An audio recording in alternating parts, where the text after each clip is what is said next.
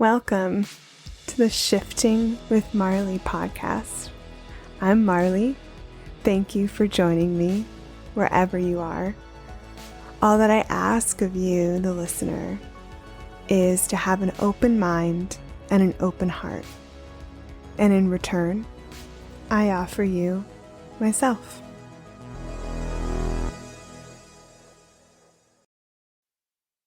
Today, I am so excited because we are finally going to talk about astrology. I don't know why it took so long to talk about astrology on this podcast when it's something I've been in love with for years, but here we are. And today we are finally diving in. And I'm even more excited to share that we're going to talk about the fusion of astrology, ancestral healing, and indigenous wisdom. We're also going to shine a light on generational trauma and the impact that has on us and how that shapes our lives and the abundance available to us on the other side of healing that trauma.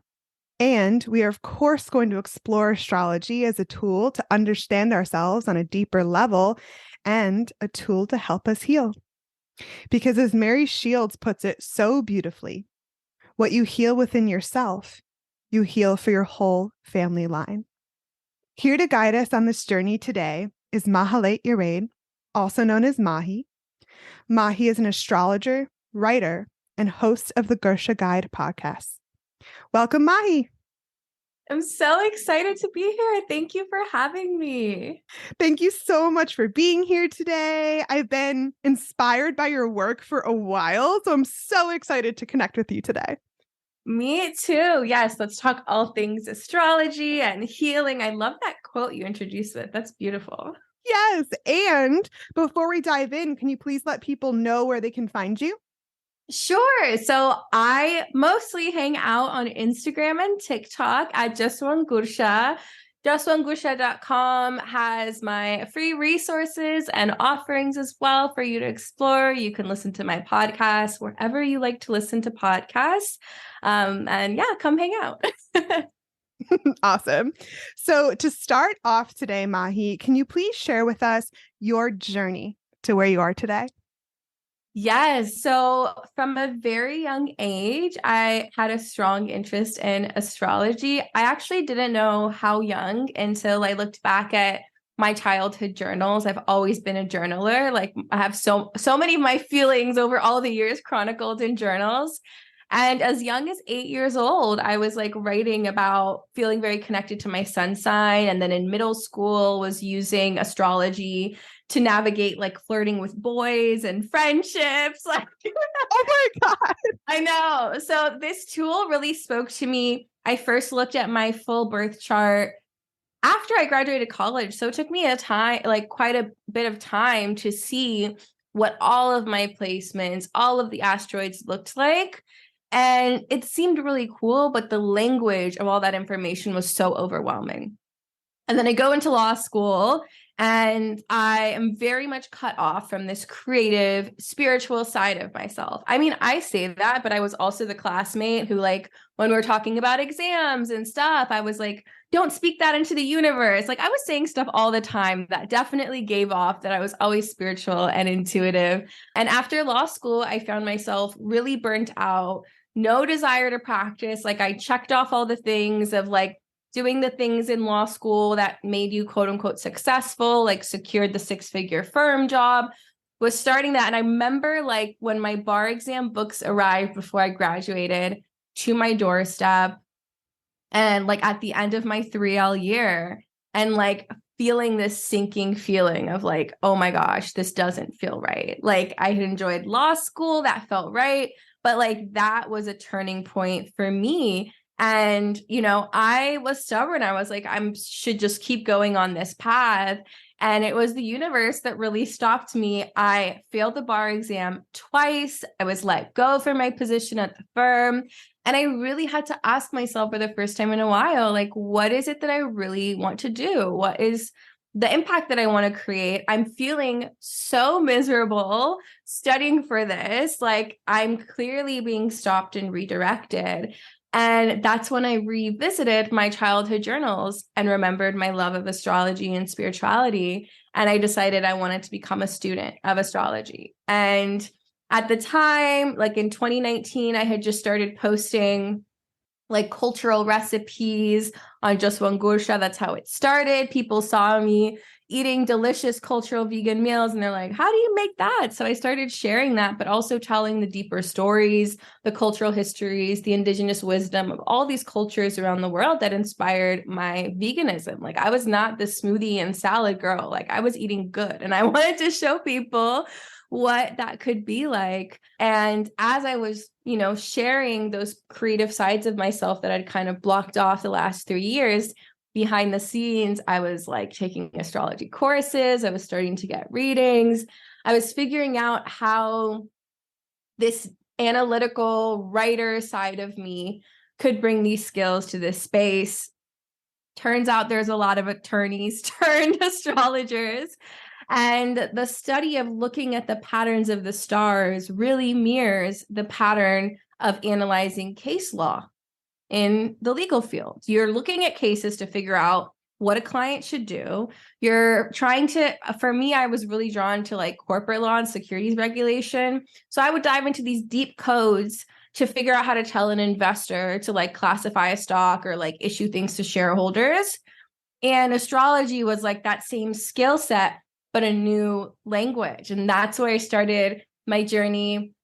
And once I had a few years of real deep study and spending time to learn it on my own, I started offering readings at the very end of 2021. And that's really when my business took off, is because I finally brought my full spiritual, analytical, nerdy self to the forefront.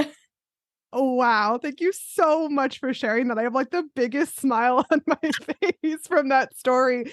I'm really inspired by your transition from lawyer to astrologer. I love that so much. And I'm really inspired by your kind of evolution of your relationship with astrology. And I know for me, I first fell in love with the moon and the moon cycles and working with the full moon and the new moon each month.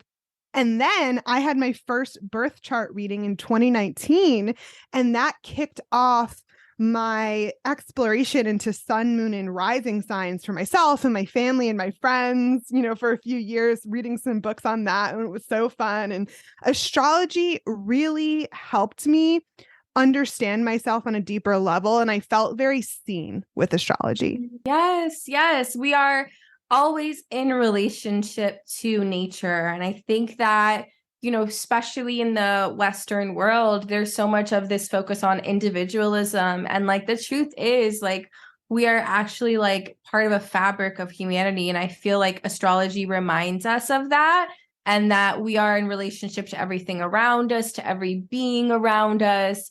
And it allows us to ground in that and have a lot of like empathy and grace. Like, I think some people get scared that astrology tries to box them in and stereotype them. But the truth is, a lot of times, like you, the biggest thing I hear after readings or coaching is like people feeling liberated and expansive and like, oh my gosh, I'm not crazy. Like, this is actually a beautiful part of me. And how can I like honor that? I love that. And astrology is a tool. And like you said, it's a mirror to help us understand ourselves and our world. And I love the quote, because this reminds me of astrology: as above, so below. Yes. I actually say that in the beginning of every birth chart reading I do, to indicate to people as like this map of the stars is, has a reflection on the world. And, the origins of astrology too is like in Ethiopia, what is now Ethiopia, 15,000 years ago was when they started naming the stars. So that's why some constellations are named after like Ethiopian kings and queens. And the intention was actually for astronomy and astrology to always stay together. So in my native language in Ethiopia, astrology is actually still considered a part of astronomy. So the tools I look at in Ethiopian, like they're considered astronomy. And it's because like the way it's thought of is like, if you just look at your health and look at your organs, but you don't understand the impact on it, Like if you separate the biological from the wellness, it doesn't make sense. So that's how astronomy and astrology were meant to stay together, is that you can't just look at the stars and the meteors and all of that. You have to look at the impact on the world below. Many of these zodiac signs were named because of patterns of animals moving along the Nile River. There was an earthly reflection to the stars and constellations. So it is a shame that when astrology and astronomy was taken particularly from Egypt and from Babylon, that in the Western world, these ended up being separated, but they're always meant to be looked at together.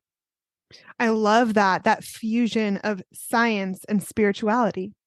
Right. Because it's together. Like science is only trying to prove things in spirituality. So when they work together, like they're really at their best. And I mean, I am an Ethiopian Orthodox Christian astrologer. I believe in spirituality, in religion, and astrology. Everything has a place together, and it can all come together and inform our experience as humans.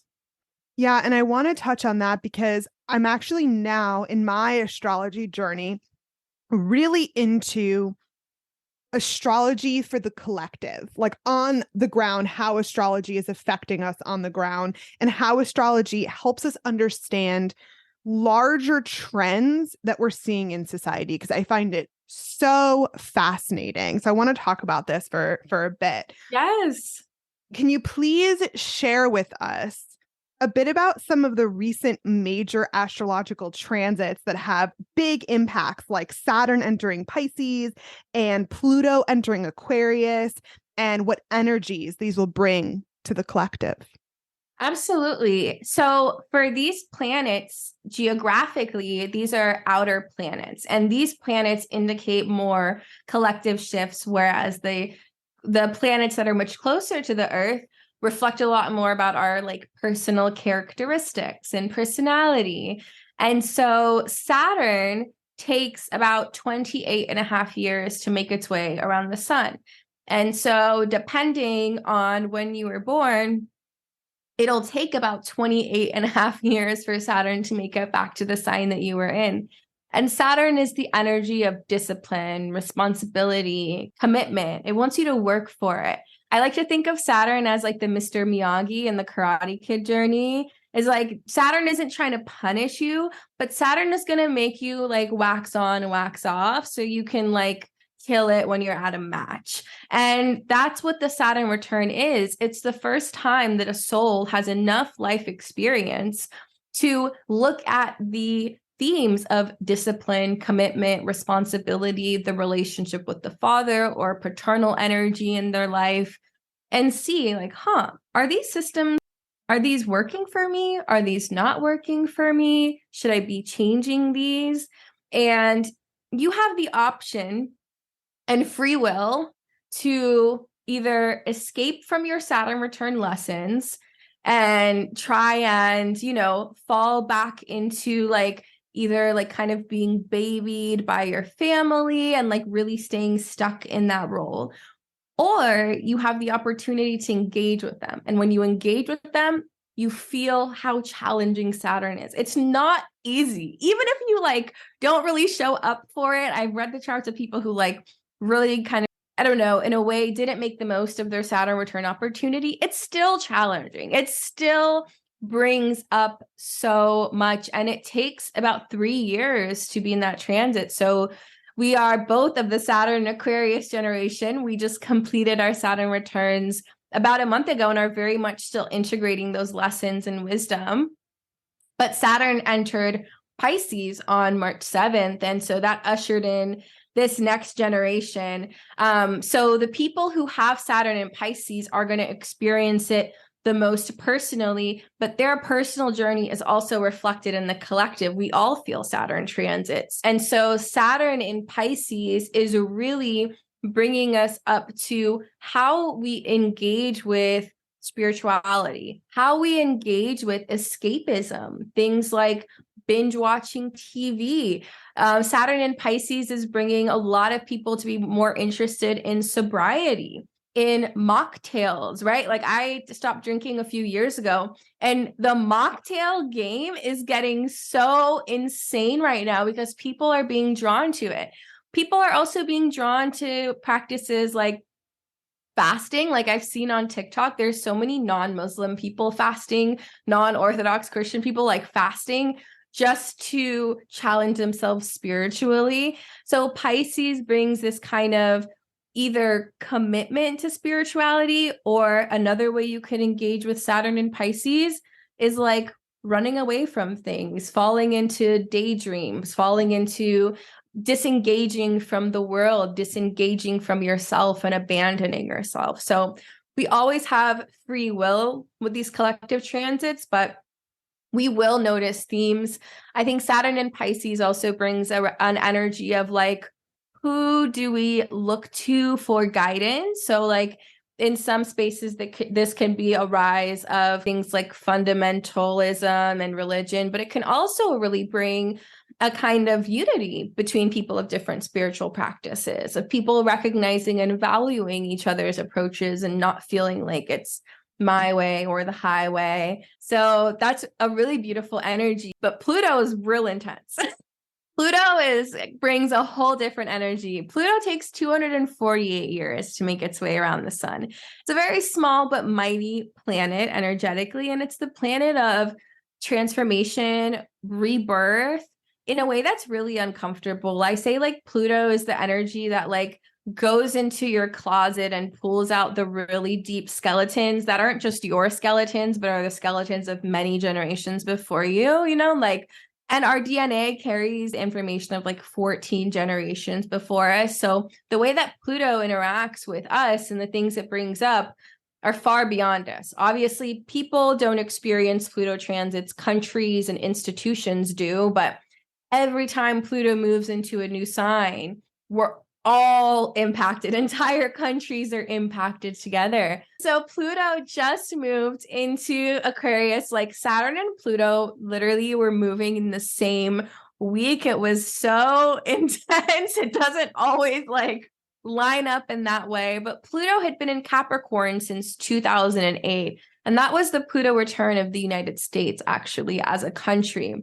And so it really brought out the skeletons of the United States. I mean, think of what's happened from 2008 until now, the economic crises, the US electing its first Black president, the backlash that had, the US, electing somebody who hadn't held any form of public office prior to being the president, like these very transformational things and experiences that we had. And then with the pandemic, seeing the healthcare crisis, environmental crisis, all of these things really showed the United States where the skeletons in the closet were, and gave us an opportunity to look at it and say, okay, is this how we want to move forward? And how are we going to react when these skeletons come up as well? Pluto moving into Aquarius, I've been calling it like this energy of decolonizing and like rise of the matriarchy. Because what Aquarius does is it's a humanitarian energy. It's going to reset the power and balance back into the hands of people it was taken away from. And I'm a history nerd. This is what happens when somebody who studied law and political science like goes into astrology. But I was looking at the history of like many countries and what was happening the last time Pluto was in Aquarius in 1778. And, what was happening is people romanticize it like the American Revolution, the French Revolution. Well, 1778 is also when the gun laws that are now affecting our children were set into place. That is when the United States, there was a lot more aggressive taking of Native and Indigenous land. That's when we saw this exploitation of free labor, of enslaving people from Africa continue to expand. That impacted South America, that impacted the Caribbean. There was the first attempts of trying to stop that in the United States, but ultimately the desire to have free labor outweighed everything else. And at this point, we have more free labor in the United States than we have ever had, and around the world. And so we need to think about like how incarcerated people are helping increase margins for corporations, like McDonald's having the people who are incarcerated make their uniforms, and how that allows us to have, you know, a $1 chicken sandwich, how all of these things are connected. And when Pluto comes around, it reveals these things in an incredibly chaotic way. Pluto is not gentle. It doesn't care about norms. It doesn't care about feelings. It's going to reveal to us, you know, what has happened and how people have been treated. I also say the era of the matriarchy because since 1778, we have happened to have a lot more systems that really valued patriarchy, which was not always the case. And it's not always the case in many countries around the world, right? So when something is tilted too much one way, nature tries to correct it. Environmentally as well, the environmental crisis is like, at the end of the day, nature is always going to win. Like if nature needs to, like nature wiped out the dinosaurs. It's like if there is anything that will thrive and survive, like it is Mother Earth. And so in many ways, the Earth is very strongly reacting back to the way that we have treated it. And as a result, we have an opportunity to either continue those practices or to decide that we want to create a different world. I was just looking at the numbers. Speaking of matriarchy, I was just looking at the numbers of the NCAA Women's Championship viewership, which the last 3 games of the NCAA Women's March Madness had more viewership than any NBA game of the season, including the finals, and had more viewership than any of the men's NCAA championship. The lowest price ticket to the final 4 games was over $200 more than the men's NCAA championship. And that is just a taste of how society, nature is really craving to see power and recognition in the hands of women. Wow, that's a lot. I love you. Can I say that? I love you. I love to go deep like this. Thank you so much for just like the questions and opportunity to go there, because I love it. Oh man, I am speechless and blown away right now. Yeah, wow. This also all makes me very excited. And I will say, I feel we are in for some major societal changes. Yes, we can feel it. I think that's what's so scary. You know, if you have seen the kind of fearful actions by people in the hands of power, my fiance is very into, and has been like since we were in college, into cryptocurrency and the way that these institutions are reacting to people having financial freedom and access to decentralized forms of keeping their money is like scrambling. There is this desperate energy in institutions to try and hold on to this power because everyone can feel that there is such a shift here. I've been talking about ancestral wisdom and astrology like for a while on my Instagram, but some of the posts I've recently had about ancestral lands and respecting native land have deeply triggered people. And it's because like these themes and conversations stretch into our lineage. It's so much is coming up within everyone and what we've embodied. So it's a very exciting era, but Pluto is not gentle. But the fact that it's in Aquarius means that the way that things are chaotically shifting is in the hopes of bringing more equality amongst people. And that's really beautiful. Really beautiful. And one other major transit that I want to ask you about, many say we have entered the Age of Aquarius. Can you please tell us a bit about what that means and what energies that brings?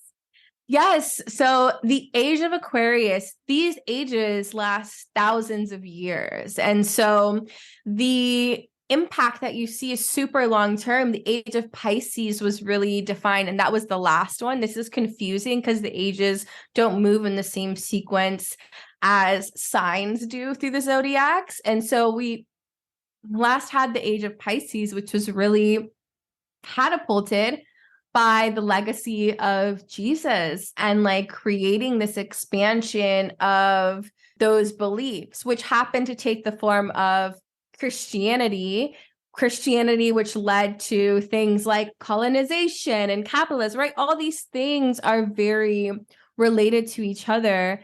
But the Age of Aquarius invites more people who embody those Christ-like qualities. And I feel like, I don't know, as a Christian, I feel like the energy or legacy of Jesus Christ is misinterpreted. Like, he was an enemy of the state. Like, he was about the people. The religious institutions didn't like him. The government didn't like him. Like, those people were not on his team.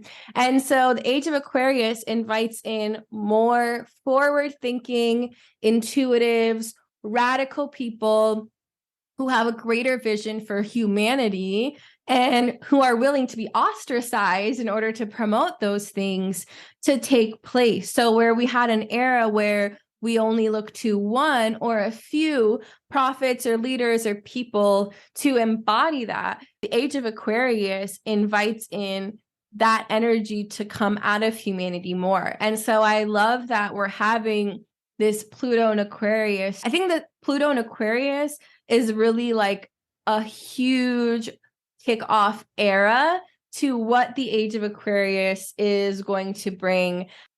And speaking of like these ages and Pluto transits, I was recently taking a class from an astrologer speaking about all of our Pluto generation placement. So generations, which, you know, millennials, Gen Z, and all of this, what actually unites us is that all those generations, you share a Pluto placement because Pluto stays in a sign for almost 20 years.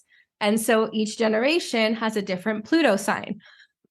And what she was talking about was there are astrologers who help people regress into past lives. And what they have found is that each generation's Pluto placement, which for us is Pluto's in Scorpio, that actually reflects what we learned in our past lifetime and past ages. So the millennial generation, Scorpio and Pluto, we're very aware of not wanting to give our power away. We're very aware of power dynamics. Who's controlling our time? Who's controlling our job? Who's controlling the school? And like being aware of that. And the reason we conflict so much with the boomer generation, because they have Pluto and Leo. So they want to be in charge. They want to have the power. They want to be seen. And they want us to follow that. But we're not into that. Like, and we're a fellow fixed sign who's like, I'm not here for that energy whatsoever. And those energies that we bring in are from past lifetimes and past, you know, ages that we have gotten to see on Earth, and that our Scorpio and Pluto placement shows that the reason we're so aware of these power dynamics is because we've had past lives where we saw the fall of civilizations. We know you can't trust the government or the schools or the institutions. Like, we know there is an impermanency and a fallibility to things. That generation embodies that energy, bringing it here. And so, you know, connected to why we had our Saturn return in a pandemic and all these really transformative things, it's actually that we bring this like past life wisdom of experiencing that. So I love that there's like cycles within cycles within cycles within cycles that can explain so many parts of our chart and why our generation brings something really unique to the table. Yes, I love this. I am here for these Aquarius energies, let me tell you. My North Node is in Aquarius, actually, and it's really my dream to see humanity start to embody these Beautiful. higher level energies. Yeah, it's so beautiful. And this is where astrology makes me really hopeful for humanity's future. Yes. Yes, there is so much hope. It's Like nature is always bending in the arc of like what we're supposed to be experiencing and what is most equal and how we can all collectively thrive and survive together. So I've been very excited for this Pluto and Aquarius energy. It started off really hot and yeah, just seeing how people are coming together and asking for more and looking out for the rights of people who have been left by the wayside is, yeah, it makes me very optimistic. Very optimistic. And Mahi, I want to transition now. I don't even know if it's a transition because it's all relevant, especially with Pluto and Aquarius. It seems like a really potent time to talk about this. But I want to talk about the ancestors. I know this is one of your specialties and something you work with your clients on, and it's such an important topic. So can you please share with us your views on generational trauma and what it is, and what are some of the most common ways it affects us and shows up? Absolutely. Well, first I'll start just on a biological level. Like I love that epigenetics has given us so much insight, but our DNA carries the coding of 14 different generations. And so as they continue to study DNA, you can see how certain genes can be turned on and turned off. So our genes are really malleable and they respond to our environments. So I love to work on ancestral healing because I think that we're able to create so much more depth of shifts when we can kind of zoom out. A lot of times when I work with clients, when they think of generational trauma, they're looking at parents and grandparents. And it's like, we got to go back a lot further. Like Pluto just entered Aquarius. I've been asking my coaching clients, like, where were your ancestors in 1778? What were they doing? Like, what were their roles? What were their relationships to, with one of them, I've been working on like hustle and burnout and like giving too much energy to a job and not creating opening and flow to receive income and abundance in other ways that they really, other things they enjoy doing. And it's like, well, what were your ancestors doing in 1778? Oh, they were expected to provide free labor in this way. They were not given the space to have creativity or agency over their body. Like that impacts the relationship you have to your work. And it comes up as we experience these cycles coming back. And not only does it provide, I think, deeper insight, it allows us to create the kind of healing that permeates like so much further than us. I know in my own journey as well, when I'm able to connect with the experiences of my ancestors, when I'm actually able to just connect to them and gain wisdom from them, I can create the kind of shifts in my personal growth that benefit my uncles, my aunts, my brother, my parents. Like I see these small changes in everyone around me because we're all connected. And I think that even like personal development and personal growth are pretty limiting words for what those things are, because the healing we get to create actually impacts so many more people. And the healing that we create within us can impact, our descendants. If you choose to have children, everybody you touch and you impact gets to be free of a certain level of limiting beliefs and patterns. Of course, there's always levels to healing. It's never done. There's always more to explore, but giving it that perspective is in our cosmic blueprint, is in our birth chart. We can see how generational experiences and trauma literally impact our daily decisions, especially our career success. A lot of generational traumas in the fourth house, the house of home, cultural roots, and the homeland. And it's directly across from the 10th house of career and soul legacy. So like a lot of times creating the career legacy and opportunities we want is directly related to the patterns that we're picking up from our home. Wow. That's big. Yeah. So people are often confused in coaching spaces, or I recently did a class like just on the 4th and 10th house. They're like, well, why are we looking at like my home environment and my work from home desk and like how I interact with my roommate? Like, what does that have to do with this? But often those little shifts create massive shifts on the career level. It's like you have to start from home, especially for people with uteruses. The 4th house is like the home of the uterus as well. And so creative energy and life force comes from that space. And without healing and being in synergy with that part of your body, you can't be in connection with the 10th house legacy you create. It's kind of like the roots to your tree, right? And it's like you have to work on the roots and like making sure you deal with anything. If something is poisonous at the root of a tree, you better believe that fruit is not going to be healthy.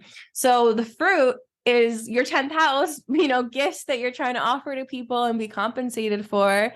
And you got to look at those roots in the 4th house stuff. I love the way that you explain that. Thank you so much. And I just want to point out generational trauma, from what you're saying, has such a huge impacts our choices, impacts our career choices. And there's a popular quote by Steffi Wagner that I want to bring up because I think it's really applicable. Pain travels through families until someone is ready to feel it. Yes. 1,000%.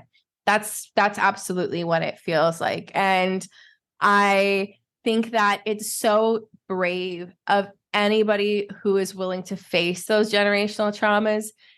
Even just facing it, I feel like there's so much pressure to figure out how to fix it, but even just facing it, even just acknowledging those patterns, naming the emotions, using your emotions as wisdom is so beautiful and so powerful. So affirming all of the people who are on that path and journey is like, the fact that you are willing to look at it is already healing your lineage.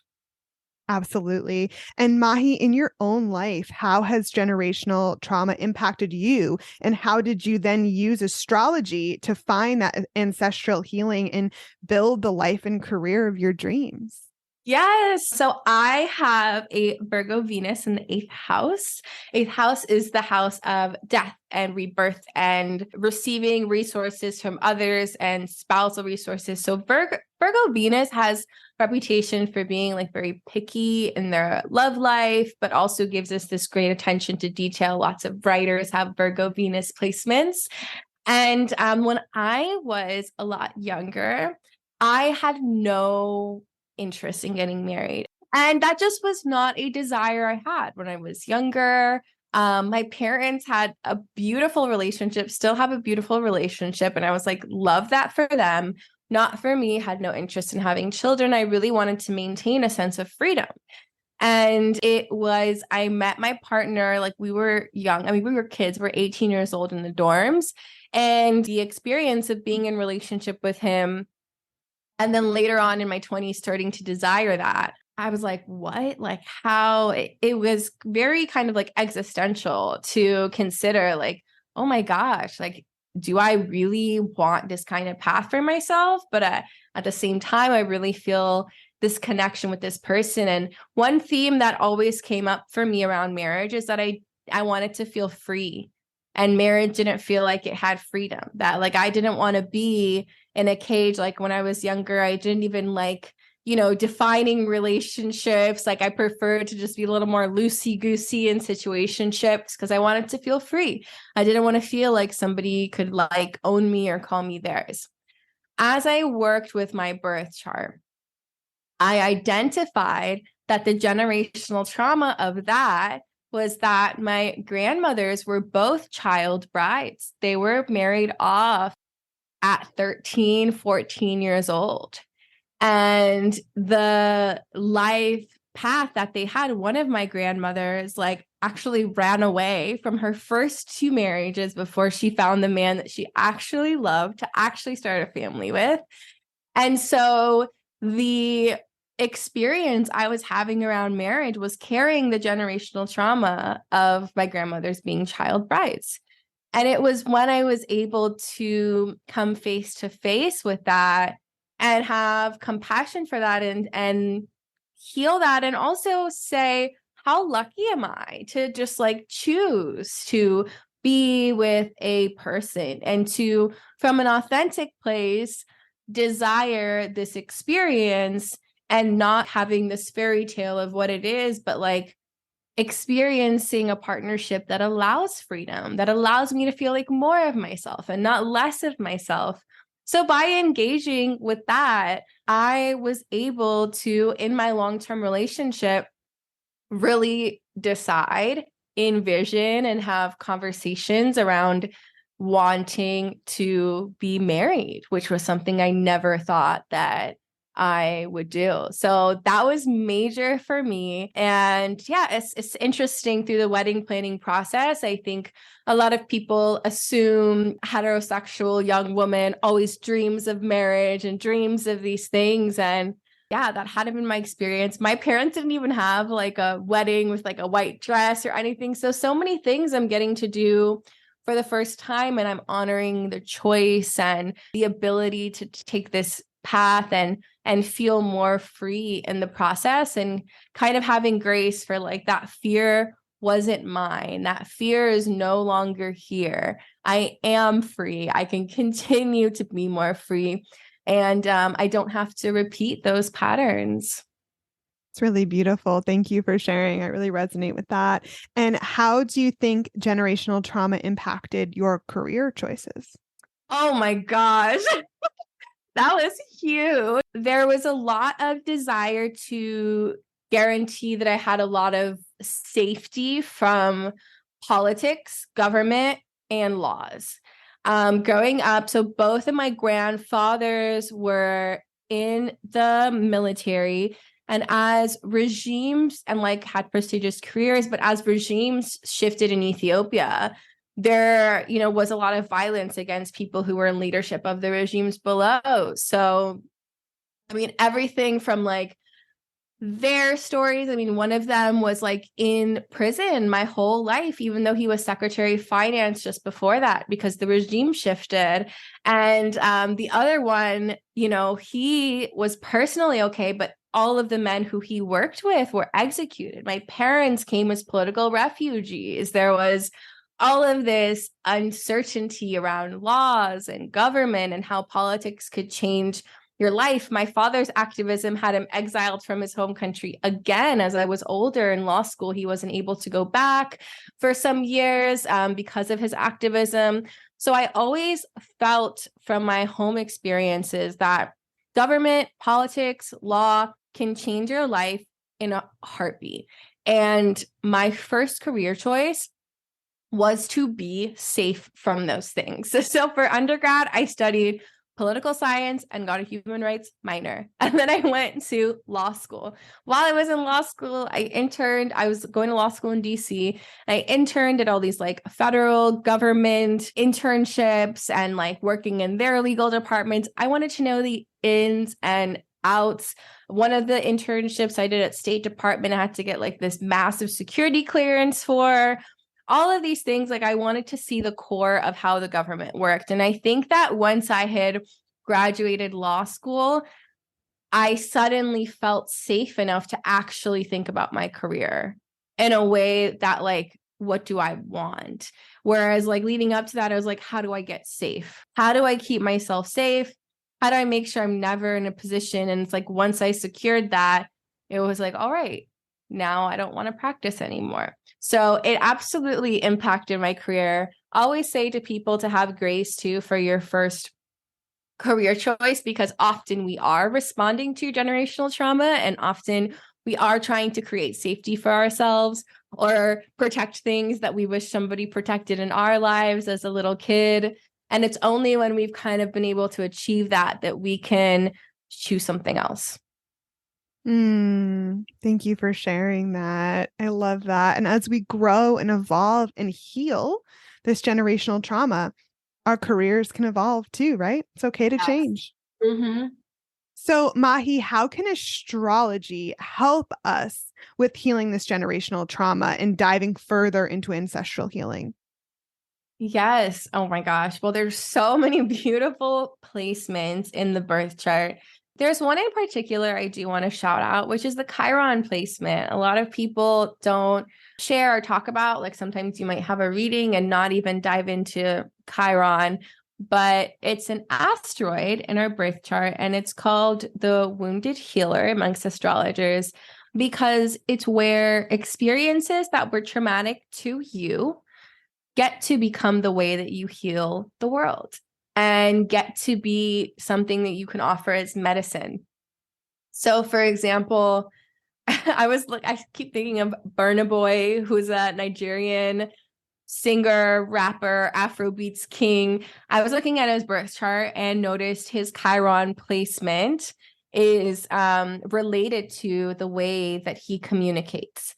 And where his Chiron placement showed me was that when he was really young, it was very difficult for him to communicate. So whether he was slow to speak or had like a stammer or couldn't speak a certain language that he was going to school in for a long time, there was something that made it challenging for him to learn how to speak. And it's very interesting how it relates to his current career success, because he's the kind of artist who makes music where he speaks to these like really traumatic experiences very openly. I mean, one of his like hit songs that was a global hit is literally about his last heartbreak. Him pouring his heart out, and people are like at the club all over the world, like celebrating this song. He's going on tour and charting Spotify. And it's like him having a difficulty in being able to speak and express himself now gets to be the way that he processes his emotions with like a greater audience. And so our Chiron placements get to be our medicine. I have Chiron in my 7th house in Leo. So like, again, a reflection of me experiencing a desire to not really want to be in like these committed partnerships, like being hesitant around committed relationships and things like that, and not feeling like I could be fully free. Chiron is really interesting because the trauma is always unique to the person. We can, as an astrologer, like I always give many examples of how it can play out, but like it's something that's traumatic to you. It might not be traumatic to other people. It's incredibly personal.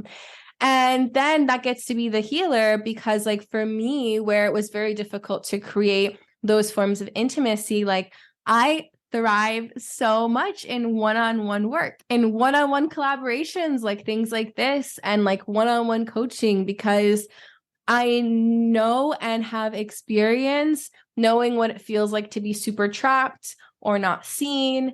And that gets to be the medicine that I offer to people, is to hold that space and allow people to fully be themselves and see how that gets to enhance other parts of your birth chart as well. So Chiron's a really powerful way to start to look at it, but it can play out in so many ways. I was talking about the Pluto and Scorpio generation. When I do readings for Scorpio risings who have Pluto and Scorpio, like Pluto in the 1st house, that is like a really intense experience of not feeling empowered. Sometimes experiences of like growing up in an environment with verbal abuse, emotional abuse, or just kind of like manipulation and these energies.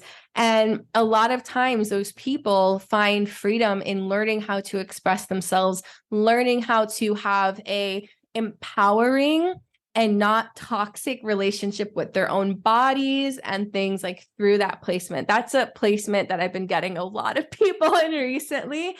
And that transformation is very potent. So things like Pluto, Chiron, 8th house, 12th house, 4th house, there's so many parts of the birth chart that can show you how experiences that were traumatic are really part of your gift. Astrology is such a potent tool. It blows my mind. It is. And it only gets like more and more rich. I feel like I can never get bored of exploring birth charts. And this is where working with an astrologer can be really helpful to really dive into all of these placements and how it all connects. Yeah, because these things are in conversation with each other. You know, we can learn quite a bit by looking at individual placements. That's how my journey started. That's how most people's journey starts. but they are all in conversation with each other. So I think that's the benefit of working with an astrologer, is that the way your placements specifically create that beautiful mix they're going to look a little different than someone else. And Mahi, I think one of the reasons that ancestral healing is so important is not only to heal your lineage and heal yourself, but also to tap into the knowledge, wisdom, and abundance available to us from our ancestors. They didn't only give us trauma, right? There's also abundance and knowledge and wisdom there. Yes, there's also ancestral wealth and things that you get to benefit from, those natural skills that you like don't know where they came from, that you're just like, I don't know how I know how to do this. I just know it. I don't know why I'm connected to this thing. I just am connected to it. You are gifted so many things in your lineage as well. And I think it's when we can create a space to acknowledge that those traumas and healing, that those gifts get to be enhanced as well. And how can we connect with that ancestral wealth and abundance? It starts with the trauma.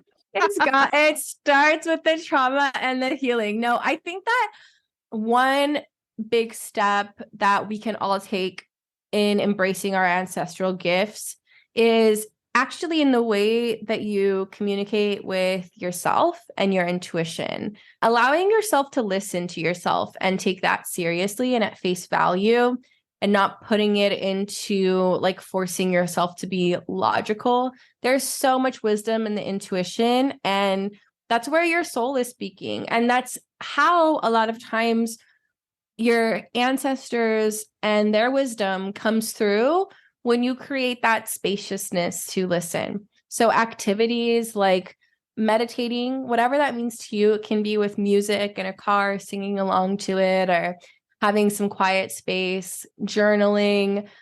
I also say for like cleansing tools in the house and how you cleanse your energy and spiritual space. I think it's very powerful to use ancestral tools. Like ideally, you should actually use tools that are free, like free available to you. So in my practice, that's frankincense. That's a common tool in the Orthodox Church. I've actually never bought frankincense and always just have to have it gifted by family. For some people that might be in your ancestral lineage, it could be bay leaves, it could be water, it could be so many different tools. Something related to water is like for some people, it's taking like a foot bath.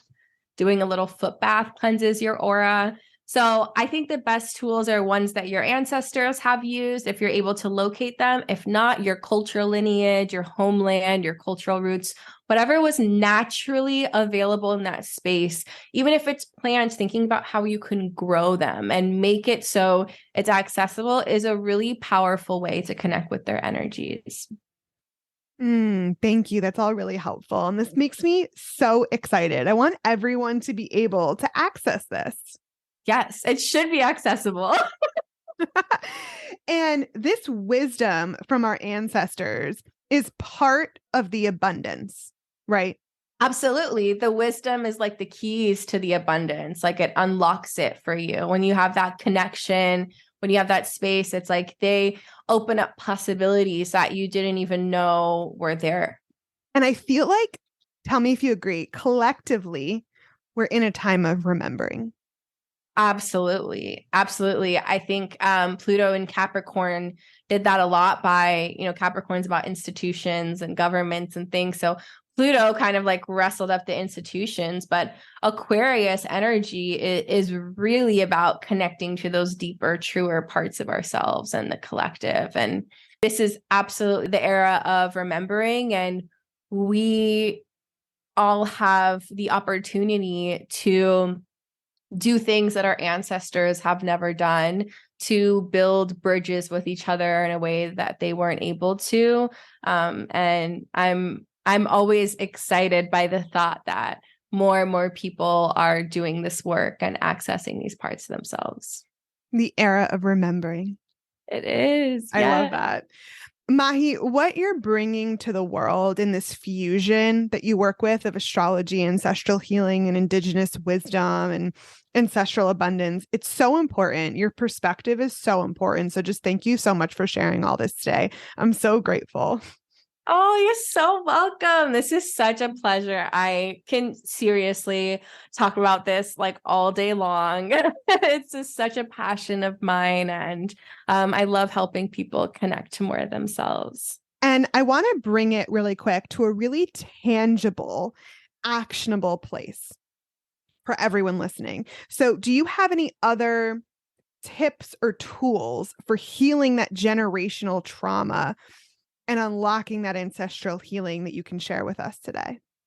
Yes, I love tools. Like that's definitely the lawyer mind in me. I'm like, okay, we see the things. How do we create the solutions? And so, in addition to using ancestral cleansing tools, I also think there's a lot of power in simply acknowledging your ancestors. If you are able to find their names, like finding their names, if not connecting to the energy of maybe you know the cities they're from, or maybe you know the area they used to have a farm on, and connecting to the energy of them. A lot of times, and I've seen this in my work, like in readings, when I have other people's ancestors visit me, it's because they want their loved ones to connect with them.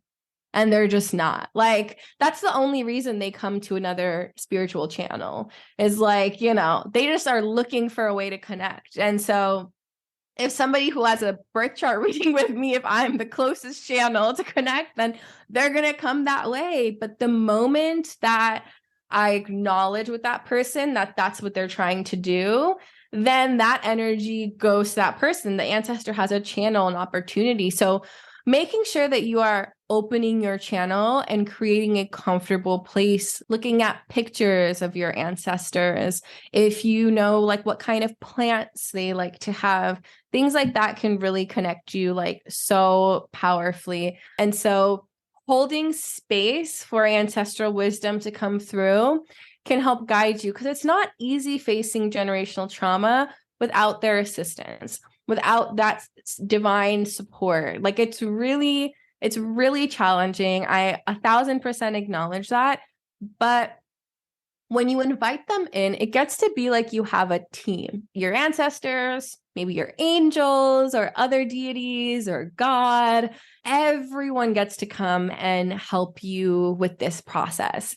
And it's a lot easier to do things with a team than by yourself. So hold space for your team, invite them to come in, and be a welcoming energy and space. Amazing. Thank you so much. I can't wait to dive into those myself, all those practices. So, Mahi, I want to bring it now to a higher level perspective because I love talking about this. What do you think society would look like if more people healed their generational trauma and connected with their ancestral abundance and embraced their indigenous wisdom? That's a great question. I think we would have a much more cooperative relationship with nature. I feel like we'd be in a lot more synergy with nature. I also think that people would feel a lot less lonely. I feel like we would know our need for community and building, villages amongst each other. I also think that people would feel a lot less exhausted and tied to roles and tied to performing in a specific way. And all that to say, I think we're moving towards that. I think that we are reclaiming these things and recognizing that our health is tied to the collective health and the health of the earth. And we all need to cooperate in healing that.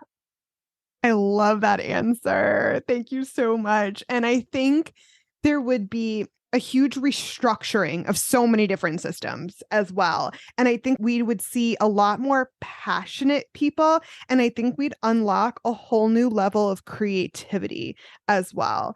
And like you mentioned, I think we'd just be so much more connected to the land. And it makes me emotional to think about. Yeah, it's a beautiful future that lies ahead. Absolutely. And Mahi, I just want to thank you so much for being here today. Honestly, this conversation really lit me up, and I'm just beyond grateful. And thank you for sharing your wisdom. Oh, thank you so much for having me. I'm so grateful for this space and the way that your questions allowed me to go super deep and nerd out was so lovely. So thank you so much. And thank you to everyone listening for being a part of this conversation. I have one final important question for you. What is your vision for the future of humanity and the earth? I envision for people to feel more lit up by their magic, just more in love with who they are and the gifts they have and the traumas they have, all of it together. I want people to recognize that there is magic in each and every single one of us. And the reason this healing, this work, and everything is important is just to remind us to come back to that. I hope from today's conversation, you feel your connection to the stars and the wider universe beyond time and space. And I hope you can feel the love beaming out to you from your ancestors. Dedicating yourself to this healing journey is not easy, but your ancestors are cheering you on and are so proud of you for doing the work. I promise you that. As Bert Hellinger says, you are the dream of all your ancestors. I'll end today with a quote from Mahi. Your deepest healing starts at home.